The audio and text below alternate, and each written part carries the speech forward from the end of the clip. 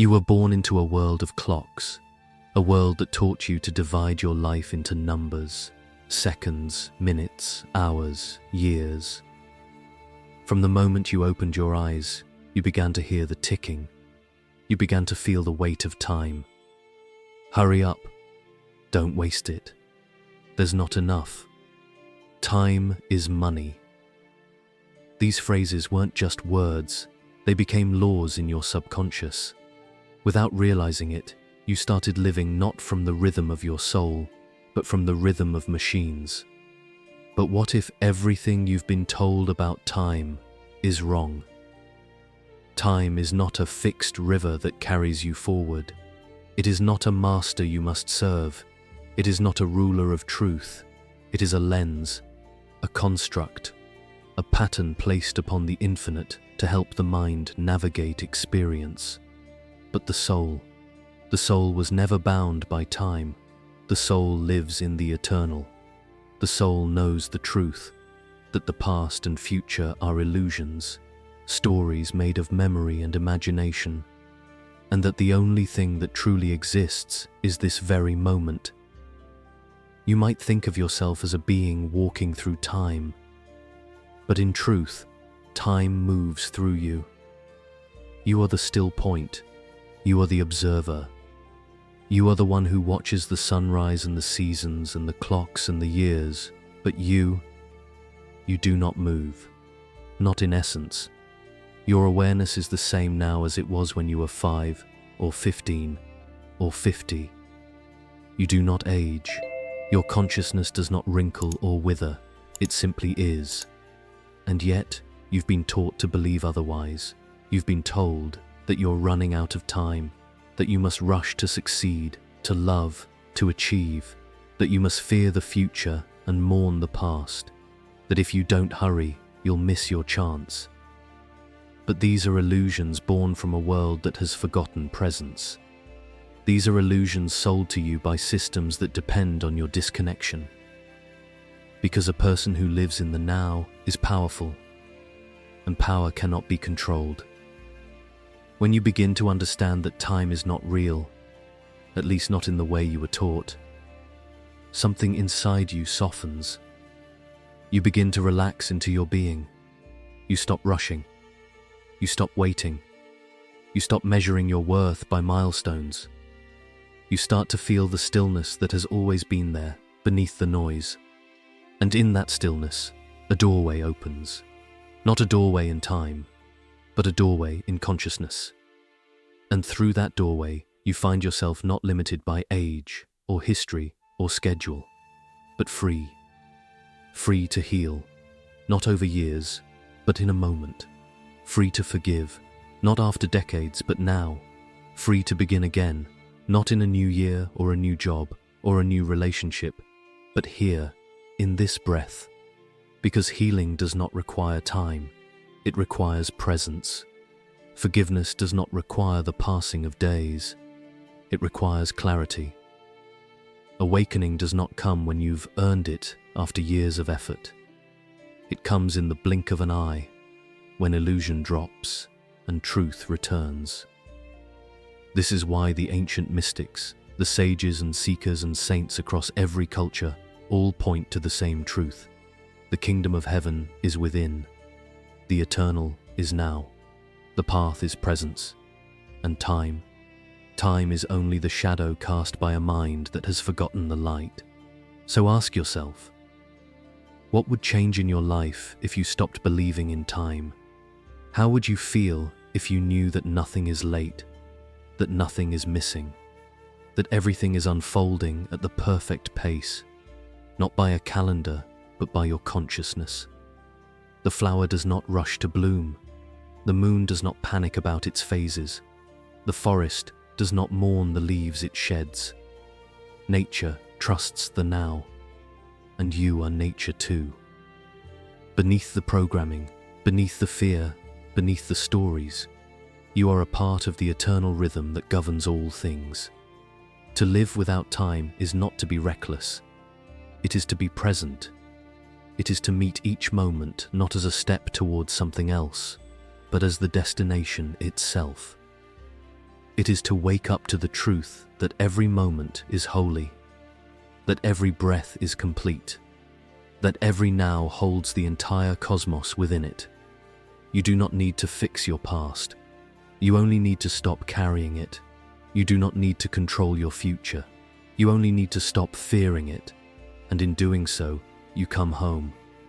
Not to a place, but to a state of being that was always within you. A stillness, a wholeness, a peace untouched by time. Let this be your practice, to return again and again to now. Let this be your path, not forward, not backward, but deeper, into silence, into truth, into yourself, because the more you live in now, the less time has power over you. The more present you become, the less the past defines you. The more conscious you are, the more the future unfolds without fear. And this is where real freedom lives, not in escaping time, but in seeing through it. Not in controlling the clock, but in realizing that the clock was never real to begin with. It was a dream. A useful dream, perhaps, but a dream nonetheless. And you are awake now. So many people live their lives chasing moments, chasing the next achievement, the next milestone, the next chapter. But chasing implies that something is running away from you. And the truth is, nothing is. All you have ever searched for is here, now. Peace does not wait for retirement. Love does not wait for the weekend. Fulfillment does not live in the distant someday. It's all here, compressed into the silence beneath your mind's noise. And when you stop chasing time, you begin to feel it, not as pressure, but as presence. This is why stillness is so terrifying to the modern world, because in stillness, the illusion unravels. In stillness, time dissolves, and in its absence, you are forced to face yourself, not the persona you crafted, not the role you play, but the presence beneath it all. That is why people distract themselves endlessly. They fill their days with tasks and plans and digital noise, anything to avoid the discomfort of timelessness. But that discomfort, that emptiness, it's not the absence of meaning. It's the invitation to rediscover it. Time is not your enemy. It is your mirror. It reflects how far you've drifted from your center. When you live trapped in time, you constantly try to get somewhere. But when you step out of time, you see that there is nowhere to get. There is only now. And the more deeply you enter the now, the more life opens itself to you. Synchronicities happen. Intuition sharpens. Beauty intensifies. It's as if reality responds to your presence by becoming more real itself. You begin to see things others miss. The subtle shift in the wind, the quiet in someone's eyes, the moment where truth almost breaks through a sentence. You start to live not from thought, but from awareness. Not from plan, but from alignment. Your actions become graceful, your words more intentional, and even the mundane becomes sacred. Washing the dishes becomes meditation. Walking becomes prayer. Silence becomes nourishment. This is what happens when time lets go of you, or more accurately, when you let go of it. But beware, the world will resist your awakening. It will tell you that you are being unproductive, that you are wasting time, that you must hurry to matter. But those are the voices of the asleep, echoes of a consciousness that still believes in the prison of time. Do not argue with them. Do not try to convert them. Simply live as presence. Be the quiet force that reminds others, not with your words, but with your being, that another way is possible. And yes, you will still need to interact with time. You will still make appointments, meet deadlines, and honor commitments. But you will no longer be owned by time. You will use it like a painter uses a brush, skillfully, creatively, freely. But you will not confuse the brush with the painting. You will not confuse the clock with your worth. You will know in your bones that time is only a canvas. And you are the artist.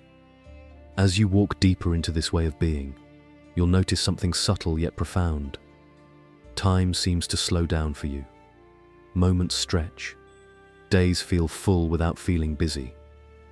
You become more efficient, not by doing more, but by doing less with greater presence. You make fewer mistakes. You recover faster from setbacks. You are less reactive, more grounded, more aligned.